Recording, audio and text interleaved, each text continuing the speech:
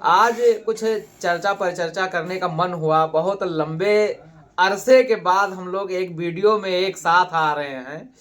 तो आज जब दिलीप भाई ने सहमति दी तो मन बड़ा खुश हुआ है। और जब साथ में तीनों लोग आए हैं तो वीडियो को स्किप मत करिएगा। बहुत ही अहम चर्चा होने वाला है, बहुत ही ज्वलंत मुद्दे पे चर्चा होने वाला है और बहुत ही सटीक जानकारी और बहुत ही सटीक उस समस्या का बहुत ही सटीक सल्यूशन लेकर के हम लोग आए हैं। और इस समय ट्रेंड इतनी गर्म चाय की चुस्कियां हैं, उससे ज्यादा गर्म यूजीसी का मुद्दा है। बहुत धन्यवाद। तो यूजीसी के मुद्दे पे हम जल्दी आते तो हैं। बहुत ही मतलब भारत ने समृद्धि अर्जित की है, पूरी दुनिया में अपना नाम बनाया है, फेम बनाया है।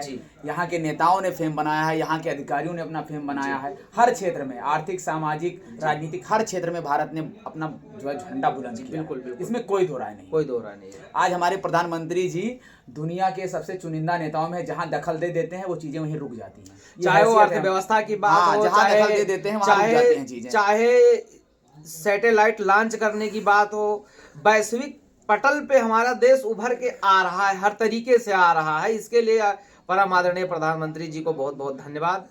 और देश के सभी उन लोगों को धन्यवाद जो देश की व्यवस्था में, देश के संविधान के लिए अपना त्याग बलिदान कर रहे हैं, उसका सपोर्ट कर रहे हैं। सर, यूजीसी क्या है? तमाम लोग जानते नहीं बहुत ज्यादा यूजीसी है क्या? मैंने एक वीडियो बनाया था तो उसमें एक दोस्त ने कहा कि गुरुजी यूजीसी वाले मुद्दे पर भी वीडियो बनाइए। उसने अपील की मुझसे। यूजीसी बहुत सिंपल, हम लोग जानते हैं, विश्वविद्यालय अनुदान आयोग जी, जो एक संवैधानिक संस्था है, भारत सरकार उसको गवर्न करती है जी। और जो हमारे देश के जो विद्यालय हैं, जितने भी विश्वविद्यालय हैं, स्टेट यूनिवर्सिटियां हैं या हमारे नेशनल यूनिवर्सिटियां हैं, उन पे उसका नियंत्रण है। उसी के उसमें व्यवस्थाएं कैसे संचालित हों, ये काम यूजीसी का है, वो देखती है। मोटे तौर पर हम कह सकते हैं साथियों, सीधे से शब्दों में, जब हमारा बच्चा 12वीं पास कर लेता है तो वो किसी विश्वविद्यालय में जाता है पढ़ने के लिए। उन्हीं विश्वविद्यालयों के संचालन के लिए, महाविद्यालय के संचालन के लिए, विश्वविद्यालय के संचालन के लिए ये कमेटी होती है। और इसने हाल फिलहाल में एक नियम जारी किया है। वो सर नियम क्या है, उसका नाम क्या है उस नियम का, और वो नियम है क्या वाकई, मतलब क्यों, क्या है? ये आपने बहुत अच्छा विषय चुना है, क्योंकि इस समय ये मामला जो है ट्रेंडिंग में है। लोगों को जानते हैं सर, मेरे मन में वीडियो बनाने की बात इसलिए आई है कि लोगों को पता ही नहीं यूजीसी है क्या, नियम कौन सा आया है। बस वो मतलब कौवा कान ले गया तो ले गया। तो हम चाहते हैं कि दर्शक हमारे जाने कि यूजीसी क्या है, यूजीसी का नियम क्या आया है, ये चीज। देखिए, यूजीसी जो है वो अंग्रेजी में उसका फुल फॉर्म होता है यूनिवर्सिटी ग्रांट कमीशन जी, जिसको मैंने पहले बताया कि विश्वविद्यालय अनुदान आयोग जी। यूजीसी हाल फिलहाल में बड़ी चर्चा में है, और चर्चा में होने का जो कारण है जी, वो है उसका एक नया कानून आया है जी। नया कानून आया है, उसका नाम है समानता का संवर्धन विनिमय 2026, विनियम 2026। समानता का संवर्धन, समानता का संवर्धन मतलब है, समानता को बढ़ावा देने वाला नियम और कानून। हाँ, तो उसके इस कानून से कि जिन छात्रों के साथ, अच्छा ऐसा हुआ क्यों, ये लाना क्यों पड़ा यूनिवर्सिटी को जी? पिछले 5 वर्षों में जो यूनिवर्सिटी में भेदभाव होता है, चाहे वो जातिगत भेदभाव हो, चाहे लिंग के आधार पे, चाहे धर्म के आधार पे, चाहे क्षेत्र के आधार पे, चूंकि हमारा संविधान इन सारे भेदभाव को नकारता है जी। तो अब यूनिवर्सिटी में जो है इस तरीके की संवैधानिक गतिविधियां जो हो रही हैं गैर संवैधानिक, उसके खिलाफ जो है कानून तो लाना ही पड़ता है।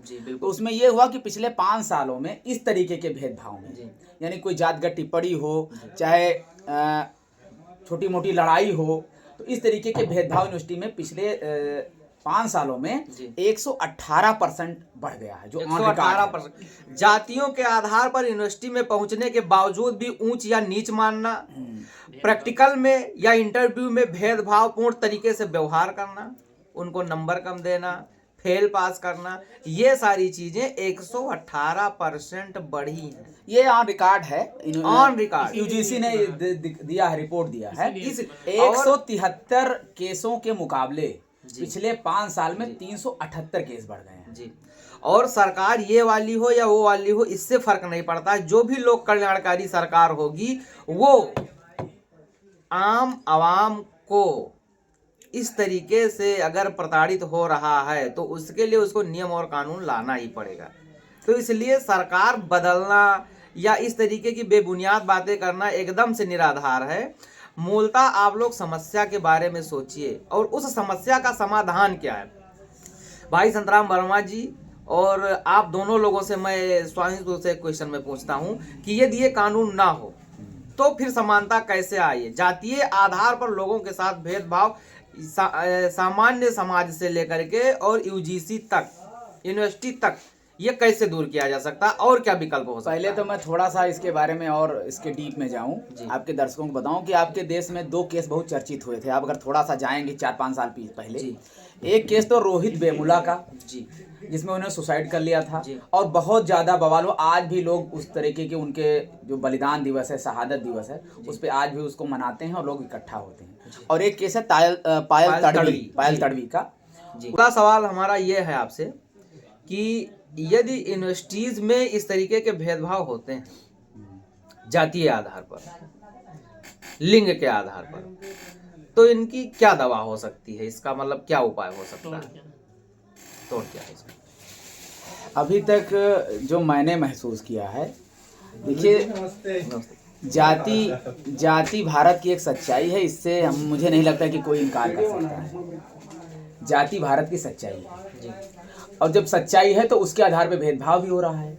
अगर जाति के आधार पर भेदभाव नहीं होता तो फिर भारत के ही लोगों से बचाने के लिए SC/ST एक्ट नहीं लाना पड़ता, या फिर भारत के जो यूनिवर्सिटी में जो स्कूल हैं, विश्वविद्यालय हैं, उसमें भारत के ही तो बच्चे पढ़ रहे हैं, लेकिन भारत के ही छात्रों से बचाने के लिए समानता का संवर्धन कानून लाना पड़ रहा है यूजीसी को। तो ये सोचिए कि कितनी गहराई है इस बात में।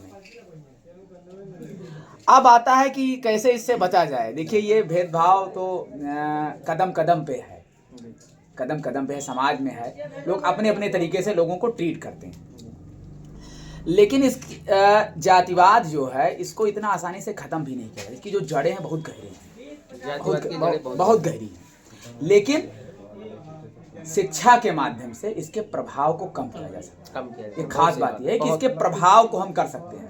जैसे प्रभाव को कैसे कम कर सकते हैं? जब हम शिक्षित हो जाएंगे, जब हमारे यहाँ साक्षरता बढ़ेगी, लोग जो है अच्छे से पढ़े लिखेंगे, अच्छा नॉलेज प्राप्त करेंगे, तो जाति के वे अलग अलग जरूर होंगे, लेकिन उसका प्रभाव नहीं होगा उनके ऊपर जाति का। यानी वे साथ में बैठेंगे, खा पी सकेंगे, भोजन कर सकेंगे, शादी विवाह भी अंतरजाति विवाह कर सकेंगे, तो जाति का कोई मतलब नहीं, प्रभाव नहीं रह जाएगा। तो इस तरीके से लोगों को शिक्षित करके हम बच सकते हैं। और एक और तरीका जो मुझे नजर आता है कि जिस व्यक्ति के साथ हो रहा है वो व्यक्ति अपने आप को जाति धर्म से ऊपर उठा ले, क्षेत्र से ऊपर उठा ले। जैसे अगर किसी व्यक्ति के साथ कोई ऐसा भेदभाव हो रहा है कि उसको उसके जात से इंगित करके उसको कोई बात कही जा रही हो, कोई टिप्पणी कही जा रही हो, तो वो अपने आप को उसका माने ही ना कि मैं फला जात का हूँ, मैं फला धर्म का हूँ। अगर कोई सांप्रदायिक बात उससे कही जा रही है, कि कोई धार्मिक बात उससे कही जा रही है, या फिर कोई ऐसी टिप्पणी की जा रही है जाति को लेकर, तो वो अपने आप को माने ही ना, उसको इग्नोर करे, यानी उसको ऊपर उठा ले अपने आप को। ये लेकिन ये बहुत मतलब साहस का काम है, आसान नहीं है, लेकिन अगर वो बहुत हिम्मती है, बहुत साहसी है, तो अपने आप को जाति धर्म से ऊपर उठा सकता है। और देश प्रथम, जब वो सुशिक्षित राष्ट्र प्रथम के आधार पे वो ये मान के चले कि ये सब जो है ऐसे लोग हैं, बेवकूफ लोग हैं या गंदी मानसिकता के लोग हैं, तो हमें इनकी बातों पे ध्यान नहीं देना है, तो अपने आप को वो जाति से ऊपर उठा ले, फिर वो कुछ भी कहते रहे। जैसे वो माने ही ना मैं फला जात का हूँ, यदि कीचड़ पड़ा हुआ है तो उसको आप किसी तरीके से इग्नोर, जैसे आप किसी को जाति को लेकर कुछ भी कह रहे हैं, लेकिन वो मान ही नहीं रहे कि मैं फला जात का हूँ, मैं फला धर्म का हूँ, वो अपने आप को सिर्फ इंसान मान रहा है, सिर्फ मानव मान रहा है। जितना बड़ा अपराध जातीय आधार पर किसी को नीच मानना है, उतना ही अपराध जातीय आधार पर किसी को ऊंचा मानना है। तो ये चीजें हमको ध्यान में रखना है। इसी देश में इन्हीं सरकारों के द्वारा EWS जैसा कानून आता है, तब कहीं भी किसी भी तरीके का विरोध नहीं होता। लेकिन ऐसी क्या बात है कि जैसे UGC ने समानता को बढ़ावा देने के लिए यदि एक कानून ले आया है और वो EWS से डायरेक्ट लाभ पहुंच रहा है, किसी ने मांगा भी नहीं, किसी ने कुछ कहा भी नहीं, उसके लिए कानून भी आ गया, लोगों को लाभ भी मिल रहा है, लेकिन पूरे देश में उत्तर से लेकर दक्षिण तक, पूर्व से लेकर पश्चिम तक कहीं कोई भी किसी भी तरीके का विरोध नहीं हो रहा है। लेकिन पूरा सवाल सुन लीजिए, लेकिन मुद्दा ये है कि एक ऐसा कानून बना है, वो भी यूजीसी के लिए बना है, जो बच्चा यूनिवर्सिटी में पढ़ने जाएगा और वो उस तरीके की प्रवृत्ति अपनाएगा जो अपराध की श्रेणी में आता है, तब उसको दंडित किया जाएगा। ऐसे मुद्दे का पूरे भारत भर में तमाम ऐसे गलत मानसिकता के लोग हैं जो उस पर आज से ही उंगली उठाना शुरू कर दिए हैं, जानते भी नहीं है कि वो है क्या। तमाम लोग, उसमें से अधिकांश लोग तो जानते भी नहीं हैं, फिर भी वो जो है दोष दे रहे हैं। और सोशल मीडिया को उन्होंने तमाम अनाप शनाप बयानों से पाट दिया है। तमाम राजनेता उस पर राजनीतिक लाभ लेना चाह रहे हैं, तमाम समाज के ठेकेदार उसमें अपना अपना सब चमका रहे हैं। लेकिन आम जनमानस इन भ्रामक चीज़ों से कैसे बचे, इसका मतलब क्या निराकरण हो सकता है? देखिए, इस यूजीसी के मुद्दे पर बात करते हुए मैं थोड़ा इस मुद्दे को थोड़ा डिफाइन करने के लिए थोड़ा अलग जाना चाहता हूँ। बस ये कह लीजिए कि मतलब जो तर्क है उस पे जाना चाहता हूँ। एक उदाहरण के तौर पर। उदाहरण के तौर पे एक होता क्या है, अभी जैसे आप देखिए, जब बैठिए कहीं तो समाज में ऐसी बातें होती हैं कि अरे अब आरक्षण की ज़रूरत क्या है, सबके पास गाड़ी हो गया, संसाधन हो गया, ऐसे मुद्दे निकल के आते हैं जी। तो मैं ये कहता हूं कि जब वहां आपका नज़रिया इस तरीके का है कि संसाधन हो गया, आरक्षण की ज़रूरत नहीं है, तो यूजीसी ने अगर एक समानता का कानून बनाया तो आपको तकलीफ इतनी क्यों हो रही है? पहली बात ये निकल के आती है। एक तरफ आप कह रहे हैं कि लोग समान हो गए, दूसरी तरफ जब लोगों को समान करने के लिए कानून बनाया जाता है, वो भी जो शोषण कर रहा है उसके लिए बनाया जा रहा है, ना कि बिना शोषण करने वाले के लिए बनाया जा रहा है, उस पे आपको इतनी तकलीफ होती है। इसका मतलब आप क्या नाम है कि कहीं कुछ और हैं और दिखते कुछ और हैं, तो ये नहीं होना चाहिए। पहली बात, कथनी और करनी में अंतर है। कहने का मतलब ये है भाइयों कि मतलब कानून है, ठीक है, लेकिन जो उस दायरे में आएगा, जो अपराध करेगा, उसी को तो सजा मिलेगी। वैसे तो तमाम आईपीसी की धाराएं हैं, संविधान के तमाम अनुच्छेद हैं जो लोगों के हितों की रक्षा कर रहे हैं। लेकिन मैं थोड़ा और कहना चाहता हूँ, एक मुद्दा ईडब्ल्यूएस का उठा, उसमें हम लोगों ने कहीं कोई विरोध नहीं करा, क्योंकि हर समाज में गरीब व्यक्ति हैं, आपको भी मिल रहा है, हमको भी मिल रहा है, ये मसला खत्म होना चाहिए। लेकिन बार बार लोग वही आरक्षण पे कुठाराघात कर रहे हैं, लेकिन लोगों को आरक्षण के बारे में वास्तविकता क्या है पता ही नहीं कि आरक्षण कोई खैरात नहीं, आरक्षण एक हिस्सेदारी है, भागीदारी सुनिश्चित करता है, क्योंकि आप भी इस देश के नागरिक हैं। तो एक बात तो ये हो गई। दूसरी बात क्या है कि जब विरोध हमने ईडब्ल्यूएस का नहीं किया, आप यूजीसी जैसे मुद्दे पे, वो भी शोषण होने वाले के खिलाफ ऐसे अगर कानून बनाए जाते हैं या धारा जो भी है सरकार बना रही है, तो उसके विरोध में आप जा रहे हैं। इससे आपकी मानसिकता के बारे में हम लोगों को जो महसूस हो रहा है, महसूस नहीं जो दिखाई पड़ रहा है कि आपके अंदर वो शोषण वाली भावना अभी भी गई नहीं है, और न गई है न जाने वाली है। इस तरीके का अगर समानता जैसे कानून का अगर आप विरोध कर रहे हैं, तो फिर आप का क्या विरोध कर सकते हैं, कुछ पता नहीं है। नहीं, पहली चीज़ तो एक चीज़ मैं स्पष्ट कर दूं थोड़ा सा। देखो, जो लोग विरोध कर रहे हैं उनको विरोध करने का, किसी भी कानून का विरोध करने का, नियम का विरोध करने का पूरा अधिकार है। संविधान उनको संविधान इस बात की इजाजत देता है कि वो विरोध कर सकें, और जो लोग समर्थन करते हैं उनको भी पूरा अधिकार है कि वो समर्थन करें। तो मैं अगर किसी चीज़ का विरोध करना गलत नहीं है, उनको अधिकार है। अगर उनको लगता है कि नहीं ये गलत है तो वो विरोध बिल्कुल करें, उनका विरोध ठीक है। बाकी जिनको जो समर्थन करें, उन्हें लगता नहीं सही है तो समर्थन कर रहे हैं। बाकी उसके लिए बैठी हैं संवैधानिक संस्थाएं, बैठी हैं जी, संविधान से चुने गए लोग बैठे हैं, जो समिति में थे। समानता का संवर्धन जो नियम आया है उसके समिति में जो लोग थे उसको लाने के लिए, वो भी कोई मतलब ऐसे आम लोग नहीं थे, वो सब अपने अपने क्षेत्र के चुने हुए प्रतिनिधि थे, और सब असाधारण प्रतिभा के लोग वो लोग उसमें थे। उन्होंने ये नियम लाया है, तो कम से कम उनकी विद्वता का तो हम सम्मान करेंगे ही ना, विचार तो करेंगे। तो वो मामला, जैसे अभी बात चल रही है कि मामला सुप्रीम कोर्ट जाने वाला है, ये कोई खराब बात नहीं है। सुप्रीम कोर्ट जा रहा है, सुप्रीम कोर्ट में तो जो बैठे हैं लोग वो कोई आम व्यक्ति थोड़ी ना है। वो आम व्यक्ति का जो लेवल होता है ना, उससे जो थोड़ा सा ऊपर होता है वो जज बनता है जी। बहुत ही महत्वपूर्ण मंदिर में, इस न्याय के मंदिर में जो लोग बैठे हैं वो आम व्यक्ति, हम लोग से ऊपर का उनका पायदान है।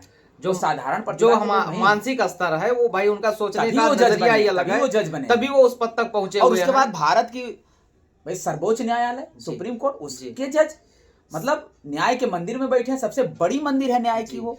तो वो लोग जो भी निर्णय देंगे वो देश हित में होगा, नागरिकों के हित में होगा, संविधान के दायरे में दायरे में होगा। जी। तो नहीं, ये एक चीज़ बहुत महत्वपूर्ण बात निकल के आई चर्चा के दौरान। जब चर्चा होती है तो ऐसी चीजें निकल के आती हैं, विरोध कोई भी कर सकता है, जिसका भी हित प्रभावित होगा वो विरोध करेगा। बस ये है कि संविधान के दायरे में विरोध हो तो ज्यादा बेहतर रहेगा, नहीं तो उसमें थोड़ा हमारे देश और समाज के लिए वो अहितकर होता है। तो आज के चर्चा पर चर्चा को यही हम समाप्त करना चाहते हैं। ये हमारे किसी भी आप सभी साथियों को तो बहुत बहुत धन्यवाद जो इस मतलब महत्वपूर्ण मुद्दे पर आप लोग आए और अपना अपना विचार विमर्श किया, व्यक्त किया। और कोई भी साथी कुछ भी कहना चाहे तो 1 मिनट। ये कहना है कि संविधान की जो चक्की है वो बहुत बारीक पीसती है। धीरे धीरे जो तमाम सारी चीज़ें हैं, जो तमाम विषमताएं हैं समाज की, आर्थिक, सामाजिक और राजनीतिक क्षेत्र की जितनी भी विषमताएं हैं वो धीरे धीरे दूर करता है। क्योंकि भारत में जो जातिवाद, सांप्रदायिकता, क्षेत्रवाद, लिंग, भाषा आदि को लेकर जो डिस्क्रिमिनेशन है वो आज का नया नहीं है। इसकी मैं पहले बता चुका हूँ, इसकी जड़ें बहुत गहरी हैं। तो ये धीरे धीरे उसका इलाज होगा। और जैसे जैसे इलाज हो रहा है, तमाम सारी चीज़ें ठीक भी हुई हैं। ये एक बड़ी बीमारी है, इसको दूर करने में समय लगेगा। क्योंकि ये वर्षों क्या सदियों से जो तमाम चीजें आई हैं इस तरीके की कि जो मानवता के विपरीत हैं, समानता के विपरीत हैं, तो उन्हें दूर होने में अभी महज 76 साल और 80 साल में सुधार तो बहुत हुआ है, लेकिन अभी थोड़ा और वक्त। देखिए एक चीज आप और देखिएगा कि भारत का जो संविधान है और भारत का जो समाज है, दोनों में बहुत टकराव है। बिल्कुल, जो संविधान कह रहा है वो समाज बिल्कुल नहीं कह रहा है जी, और जो समाज कह रहा है वो संविधान में नहीं है। तो संविधान में और समाज में बहुत ज्यादा टकराव है। तो वो टकराव जितना टकराएंगे आपस में, उतनी ही चीजें जो है निकल के आएंगी। और जो चीजें निकल के आएंगी टकराव से वो बेहतर होगा। क्योंकि हमारे समाज में जो हमारे मतलब ये चीजें बालहट की तरह हैं क्या? हाँ, ये ऐसे जो हमारे बालहट की तरह जो हमारे पॉलिटिशियन हैं, जो हमारे नेता लोग हैं, उसमें एक से एक विद्वान और दिग्गज लोग बैठे हैं जिनको समाज शास्त्र की, समाज की, अर्थ जगत की और उसके बाद राजनीति की बहुत सारी चीजें जानकारी है। और वो इन चीज़ों को, जो भी चुनौतियां उनके सामने आएंगी, वो फिर अपने अनुभवों के आधार पे उसका सॉल्यूशन निकालेंगे, हल करेंगे। और फिर हमको जो भी वो देंगे, ये हमारा विश्वास है, वो जो भी हमको देंगे एक बेहतर हमको आउटपुट देंगे। जी, बहुत सही। हाँ। अब यही है साथियों की जो है मानव एक समान माना जाए, बस सारे मर्ज की यही दवा है। बाकी ज़्यादा मैं कुछ नहीं कहना चाहता हूँ। मानव और मानव में कोई विभेद नहीं होना चाहिए जाति, धर्म और लिंग के आधार पर। बस इतने में ही सारी समस्या का समाधान है। जैसे जैसे ये समाज पढ़ता लिखता जाएगा, शिक्षा ग्रहण करता जाएगा, कनेक्ट होता रहेगा इस छोर से उस छोर तक, वैसे वैसे जागरूक होता रहेगा। और जहाँ भी उनके हित प्रभावित होंगे वहाँ उन चीज़ों को याद करेगा, याद रखेगा। और किस तरीके से माकूल जवाब देना है इस लोकतंत्र में, वो भी उसको पता चल रहा है। और आगे वो इन्हीं विधियों से माकूल जवाब देगा जो उनके हितों को प्रभावित करेंगे और जो उनको इंसान मानने तक राजी नहीं रहते हैं, उन लोगों को संविधान जवाब देगा। भारत का आम आवाम लोकतांत्रिक विधि से जवाब देगा। जय लोकतंत्र, जय गणराज्य, जय भारत, जय भीम, जय संविधान।